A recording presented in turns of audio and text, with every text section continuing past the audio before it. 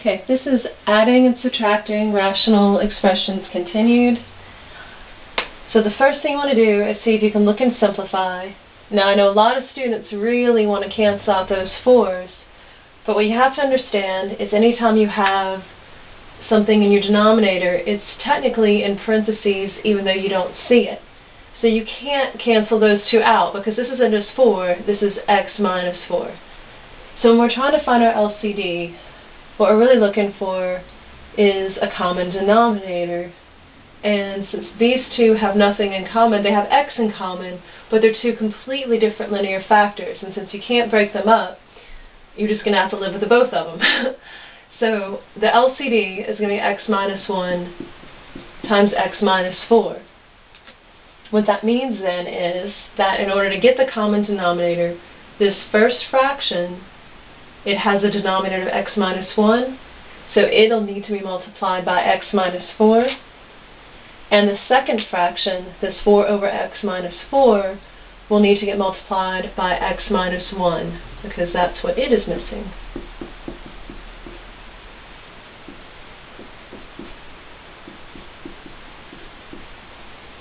So the first one in that whole have and need game, this first one has x minus 1, so we're going to multiply it top and bottom by x minus 4.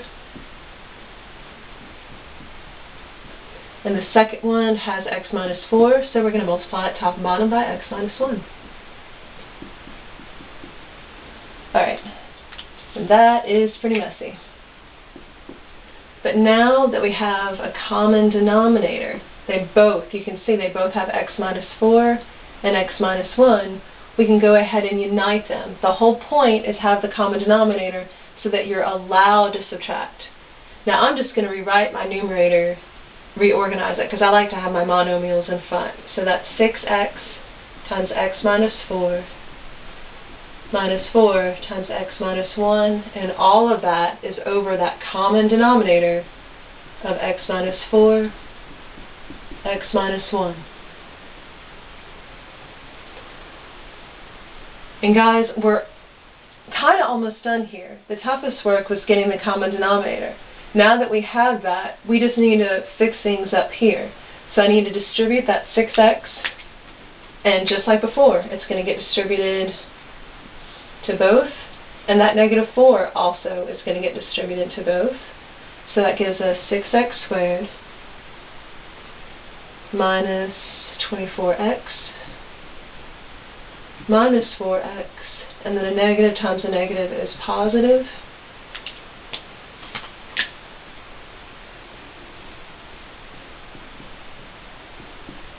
And we're almost done here, like seriously.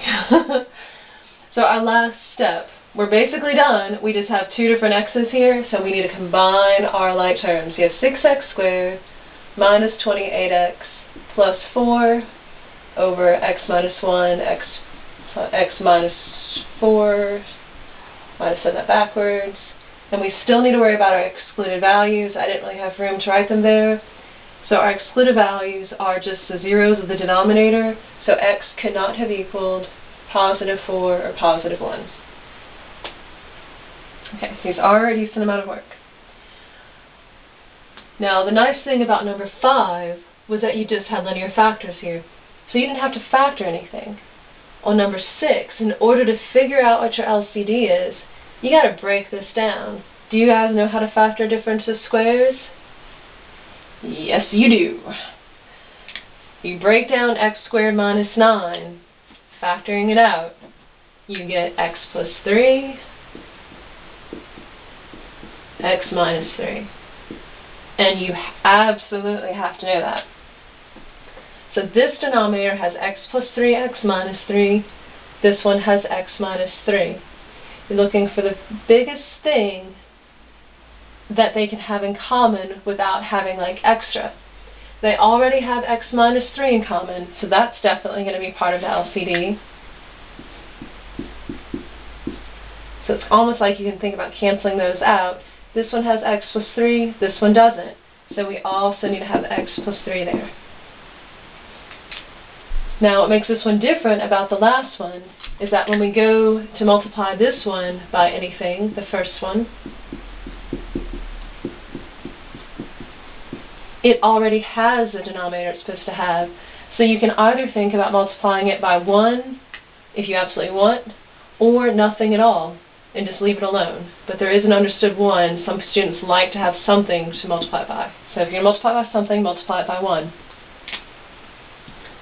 Now the other fraction, this 3x over x minus 3, you can see it has the x minus 3, but it's missing the x plus 3. So this one we're going to multiply top and bottom by x plus 3.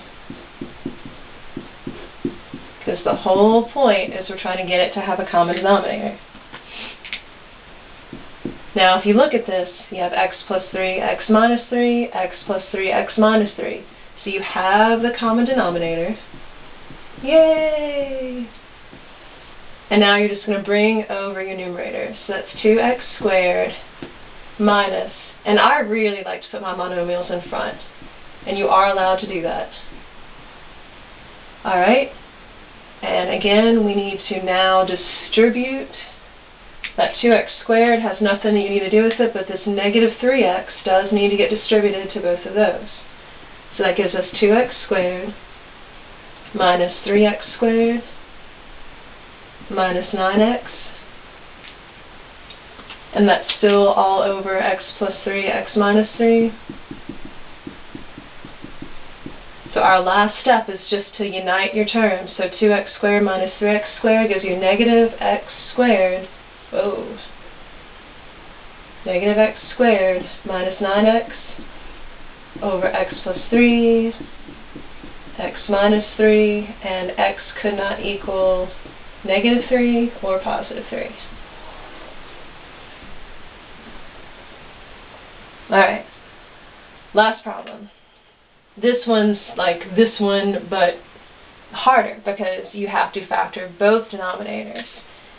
This one is easier to do, so I'm going to do it first. It has a GCF of 2, and after you take out the 2, you're left with x minus 6. This one, doing a quick x box. Let's see, we have x squared, negative 30, negative 1, so that's going to be negative 6 and 5. It gives us negative 6x here, positive 5x here. So you end up with x minus 6, x plus 5. And I did mean to do that in purple, so I'm going to go over that in purple quick, just so you can see that what those are meant to be the factored form of the denominators that are already there.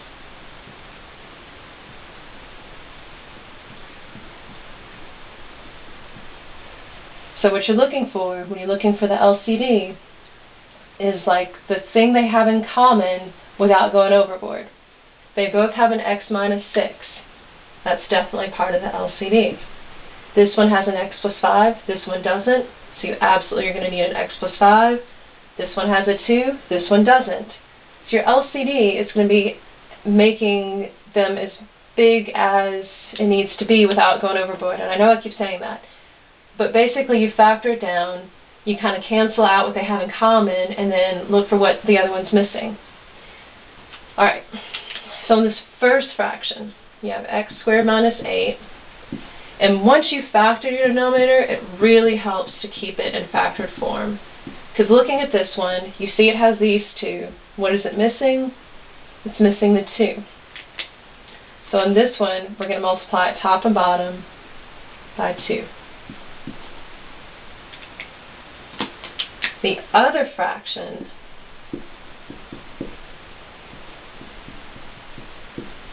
has the 2, it has the x minus 6, but it's missing the x plus 5. So we're going to multiply this one top and bottom by x plus 5.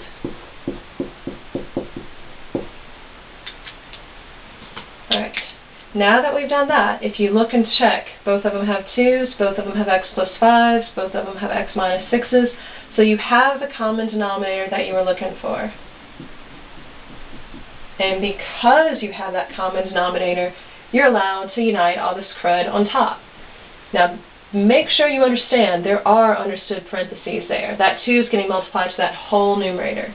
So that's 2x squared minus 8 plus 3x times x plus 5.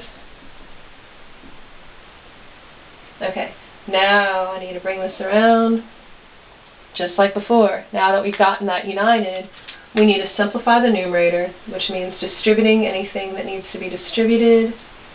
So that gives us 2x squared minus 16 plus 3x squared plus 15x. And all of that is over 2 times x minus 6 times x plus 5. And then we just combine our like terms. So 2 plus 3 is 5. And then plus 15x minus 16 all over 2x minus 6, x plus 5, 2. And our excluded values. X can never have equaled 6 or negative 5. These are a lot of work, but they're not that difficult. They just take a little bit of practice. All right.